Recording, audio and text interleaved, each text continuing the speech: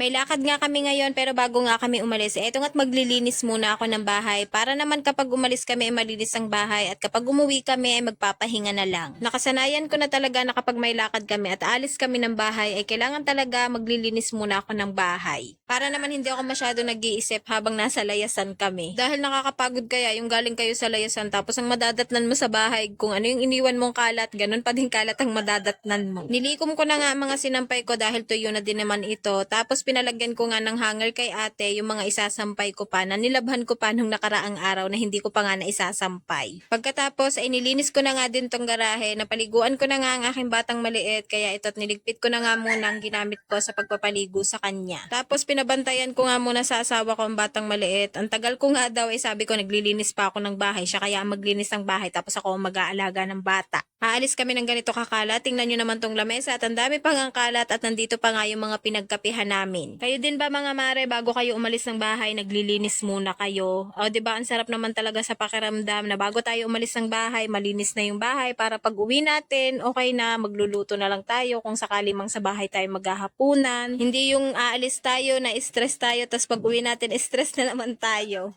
Pagkatapos ko nga maglikom ng mga sinampay sa garahe at masampay ko nga yung mga pinalagyan ko ng hanger kay ate ay naglinis naman ako. Tapos pagkatapos ko maglinis sa garahe ay dito naman ako sa kusina naghugas ng mga hugasin. Ito pa nga yung pinagkainan namin kagabi tapos yung iba dyan pinagkapihan namin kaninang umaga at ngayon ko pa nga lang nahugasan. Minsan kasi talaga hindi na ako nakakapaghugas ng mga pinggan sa gabi dahil kapag gabi na doon na talaga nagliligalig ang batang maliit dahil bago nga siya matulog ay magliligalig muna siya. At kapag naman pinapatulog ko siya ay pati nga ako nakakatulog na din. Kaya ayun, hindi ko na nga nagagawa yung mga dapat kong gawin sa gabi. At pagkatapos ko naman maglinis sa kusina at mahugasan ng mga hugasin, ay dito naman ako sa salas naglinis. Nilinis ko nga muna itong ibabaw ng aking divider dahil madami na nga ulit nakapatong. Ganyan naman talaga kapag may patungan, hindi talaga yun mawawala ng mga nakapatong. Tapos sa mga nilikom ko namang sinampay ay nilagay ko nga muna sa laundry basket para nga kinabukasan ko na lang tutupiin kapag nakauwi na kami. Nagwalis na nga din ako at pagkatapos ko magwalis ay nagmap na nga din ako ng sahig. Kapag nagmamap ako ng sahig ay simula nga dito sa salas papunta sa kusina. Pagkatapos ko maglinis ng bahay ay pinaliguan ko na nga ang toddler ko at sumunod naman akong naligo. At pagkatapos gumayak ay bumiyahin na nga kami papunta dito sa amin sa mataas na kahoy at makalipas nga lang ilang oras ay nandito na nga kami. Ang sarap-sarap nga ng pwesto nitong batang maliit dito sa may salas ng aking tiyahin at dito nga muna kami tumambay dahil medyo malamig nga dito. Maghapon nga brown out sa amin sa lipa, simula pa nga alas 6 ng umaga wala ng power at hanggang alas 6 nga din yun ng hapon kaya dumayo nga muna kami dito sa amin. At ayun, tamang pahangin lang at kwentuhang magpapinsan at magkakapatid. O siya, paano mga mare, hanggang dito na nga lang ulit for today's mini vlog.